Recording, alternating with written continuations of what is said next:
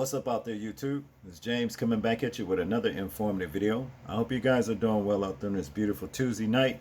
Doing well myself. I come across this terrible story right here involving 48-year-old Phoebe Copas here and a 52-year-old who was an Uber driver, Daniel Pedro Garcia. Okay? And I'm telling you, this sex trafficking thing has really got a lot of people paranoid on the real. So much to the fact that this woman right here took this man's life. Okay, an Uber driver. Miss Copas here was coming from her boyfriend's house when she decided to call an Uber, and she got into the Uber, and then all of a sudden she thought that this man was trying to kidnap her. Check out what she did thereafter. 29 years of marriage, and he would always work for us, provide for us, for him and I. Here you can see photos of 52-year-old El Pasoan Daniel Piedra Garcia. Police say he was shot on US 54 South at Loop 375 exit by a 48-year-old woman, Phoebe Copas, from Kentucky, an area where there are signs for Juarez, Mexico. Police say Piedras was driving the woman from the west side to the lower valley, and at some point Copas thought she was being taken to Mexico and shot Piedra. RP advising that Uber isn't letting her get out of the vehicle. It's going to be a silver gray Nissan. She doesn't know where she is. RP is crying over the phone. Police have said that the investigation does not support that a kidnapping took place or that Piedra was veering from Copa's destination. He's not a criminal or a kidnapper like people are assuming on the internet. It's so easy to go make your assumptions and just make up scenarios, but that's not who he is. He's a hardworking man. He's the sole provider for Leo and my aunt. Piedras' family says he had just started driving for Uber in May. We reached out to Uber and they sent us a statement reading in part, quote, "We are horrified by the rider's actions. Violence is not tolerated on the Uber platform, and we banned the rider as soon as we were made aware of what occurred. Our thoughts are with Mr. Garcia and his loved ones." Because I know that people are also saying that there was a language barrier. There was not a language barrier. My uncle spoke English.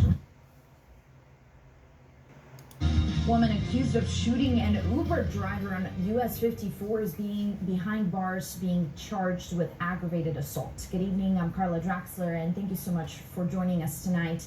Now we're finding out 48-year-old Phoebe Copas from Kentucky was arrested yesterday after allegedly shooting and seriously injuring an Uber driver. She was booked to the El Paso County Jail under a $1 million bond. According to El Paso police, 52-year-old Daniel Piedra Garcia was driving Copas from West El Paso to a lower valley location through the Uber service yesterday afternoon. At some point during the drive, Copas shot Piedra while on US 54 near Bridge of Americas, thinking she was being taken into Mexico. Piedra sustained critical injuries and is still hospitalized. At this moment, we still have not been able to determine the reason behind the shooting, and there is, of course, right now an active investigation. Now, there was preliminary reports that a kidnapping may have been involved or may have taken place. At this moment in the investigation does not support that any kidnapping had taken place. Police say the investigation led them to believe that Piedra was not veering from Copa's original destination. US 54 south to Loop 375 was closed for about 9 hours during the investigation and reopened around 11 last night. We're in the ABC 7 Alert Center with you. Wow, talking about overacting. You know, she overacted big time in this particular situation right here. She claims that this man missed a couple of exits or something like that, that prompted her to pull her revolver out and actually shoot this man. Okay? And that's just what it was. But guess what? After she did this, she had a cell phone. Not once did she call the police and say, you know, I believe I'm being kidnapped, or, you know, anything like that. She called her boyfriend, and her boyfriend, when the police did get there from other calls of somebody saying that, you know, it was an accident on the highway, freeway, what have you, you know, she called her boyfriend. When the police got there, the boyfriend was actually escorting her, helping her out of the car. You see, she actually texted her boyfriend of what she did and sent a picture of the image of what she had did to this man.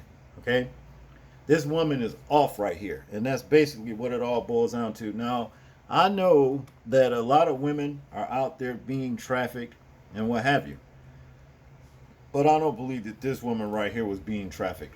I don't think not one, anybody would be looking at her be trying to traffic her. That's just my personal opinion, though. I thought they basically go for more younger ones, you know what I mean, or what have you. But anything's possible. But nevertheless, this woman, she overreacted, and it cost this man his life. And that's all it boils down to. Condolences to his family.